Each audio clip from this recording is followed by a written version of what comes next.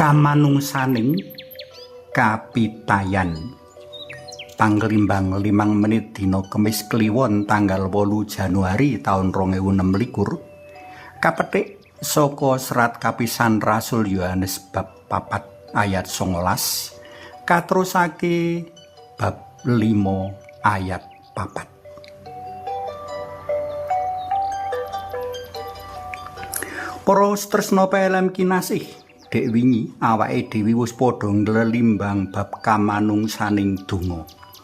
Wong sing pangklimbang ngelingake kita kanggo nyangking pepadha jroning donga, amrih pepadha kang lagi ana jroning kahanan kasangsayan, rekoso, sangsara lan sakpituruti tansaya becik uripe amarga sih pitulungan dalem Gusti. Panglimbang uga ngajak kita tumindak nyata marang pepadha minangka wohing donga, kaya kang katindakake Gusti Yesus marang para murid. Dina iki liwat waosan kapisan kang kapethik saka serat kapisan Rasul Yohanes. Aku ngajak panjenengan pandemen PLM nglelimbang bab kapitayan kang uga kudu ngawahake kabecikan kanggo pepadha. Jroning serate Santo Yohanes ngajak umat tresnani Gusti Allah awit Gusti Allah luwih dhisik tresnani manungsa. Santo Yohanes ora mbeberake kepriye anggone Gusti Allah tresnani manungsa. Nanging minangka wong pitaya, Santo Yohanes ngumpamakake manungsa wis ngerti sacara imani kepriye Gusti Allah anggone tresnani manungsa. Sing cetha, alam sawegung saisine kang kakebaki dening tetuwuhan sarta kewan gemrayah gemprangkang, uga iwak kang kemliwer ing sakjerone banyu, kaparingake manungsa kanggo dadi cadhong pangani. Allah yang Rama uga nitahake manungsa sagambar karo panjenengane.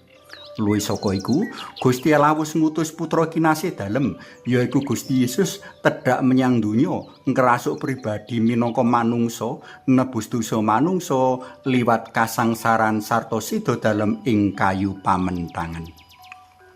Santo Yohanes ngajak umat asung tanggapan marang kabecikan lan katresnan dalem Allah mau kanthi tresnani panjenengane. Nanging Santo Yohanes ngelingake ibu ora gampang tresnani Gusti Allah kang ora katon. Mula panjenengane ngajak para pendherek dalem Gusti kanggo mujudake tresna marang Allah liwat tresnani pepadha. Padha karo goroh rikala uwong kandha nguwuh kepara sesorah jari tresna Gusti ananging pakartine gawe serik, susah sarta rekasane liyan. Padha karo goroh rikala uwong kandha jari tresna Gusti ananging sengit marang sanak kadang lan seduluri. Santo Yohanes banjur ngelingake marang parentah iki, sok sapa kang tresnani Allah, dheweke uga kudu tresnani pepadha. Monggo sami kapirsani Injil Yohanes bab 15 ayat 9 tekan ayat 17.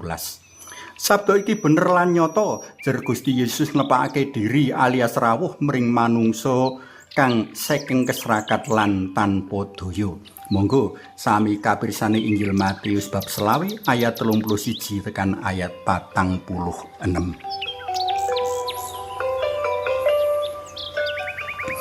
Para tresna pelem kinasih, kapitayan Katolik antuk gegambaran sacara sampurna jroning tandha pamentangan alias tandha salib.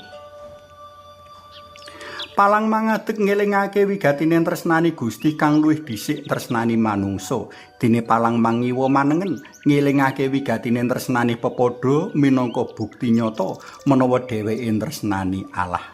Karya dalem Allah ndadekake salib kang sadurunge mujudake tandha kanistan dadi tandha kamulyan. Mula saka iku kudune saben-saben gawe tandha pamentangan sumurup salib gumantung ing tembok utawa ngaras salib kang dadi bandul kalung, kita sadar lan tumindak tresna Gusti lan tresna pepadha. Suwawi sami munjuk Kunjung asma dalam Yang Rama so Yang Putra tuwin Yang Roh Suci. Amin. Mugi nurna Yang Rama Yang Putra tuwin Yang Roh Suci kados sing mula buka sakmenika sarta sak lami-laminipun. Amin. Kunjung asma dalam Yang Rama so Yang Putra tuwin Yang Roh Suci. Amin.